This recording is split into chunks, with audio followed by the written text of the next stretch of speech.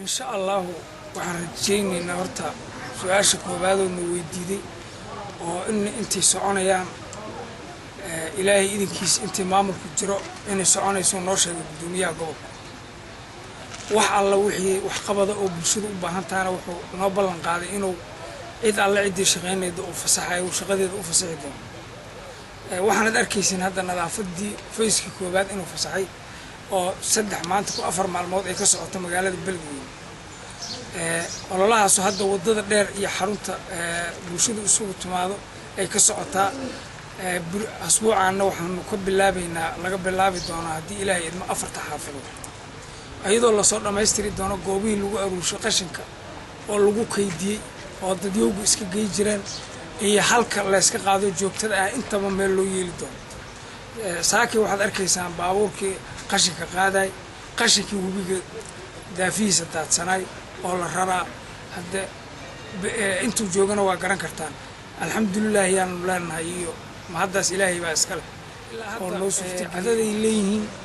hadda waxyaabihii waqti dheer ay kala maqnaayeen hadda dib loo abaabulay markii gudoomiyaha gobolku oo amar baxshay in nadaafadii iyo shaqooyinkii la soo celiyo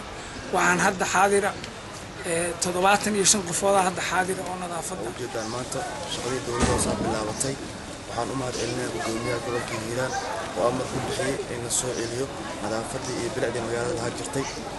aad iyo aad u mahadsanyahay gudoomiyaha gobolka Hiiraan cali jeete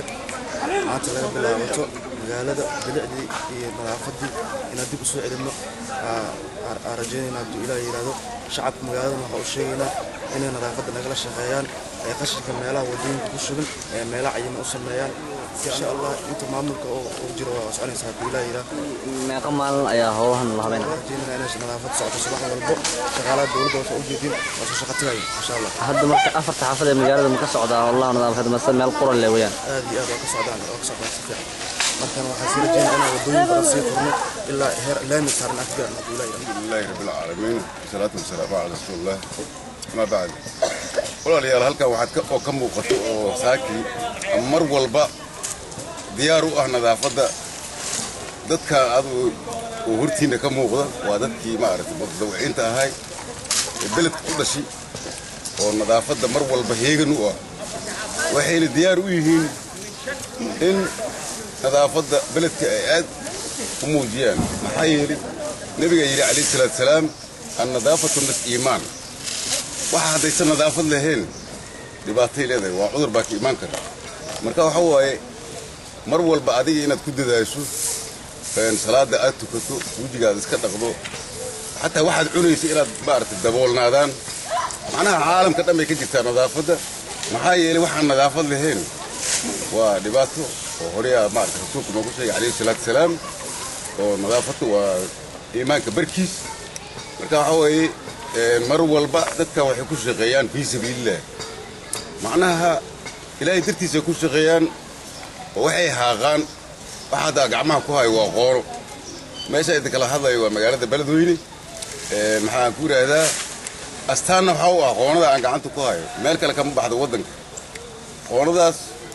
waa baarti Beledweyne ka baxda macnaha astaan kale uma baahno taa hada aragto waxa niyadaada ku soo dhacayso in gobolka Hiiraan aad joogno gaar ahaan magaalada madaxda Beledweyne sidaa darteed dadka waxay u baahan yihiin gacan buuxda in la siiyo محايل صبح دائم دول كي هاقان وين نظيفيان مال والبوا نظيفيان في سبيل الله كشقيان مركوات قرن كرتا قف صبح والبس وكعي ونظافة دي هاقاي وما عرفتي دعنوا أباهي محايل قف بلا آدنا داد واحد أدرسته فور إكزامبل أوتريادو قف بيرليه صالة دام سوق غادنو بيرت قفكم أركوه فلو عمبولو أباهي مركا ما أنتو قف شغيري وهذا هو باهي ونظافة كشغيري إلا قاعنكم مركا إنه بعد أركتان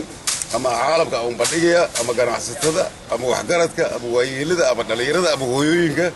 يكونوا القبلك أما عالمك واحد مبادئية ذاتك أيجا وقبل كوذا كشغيري ونظافة آدو قد ذالي إن ما عرفتي ذاتك فيرق على هذا الشيء هذا قدوميها قبلك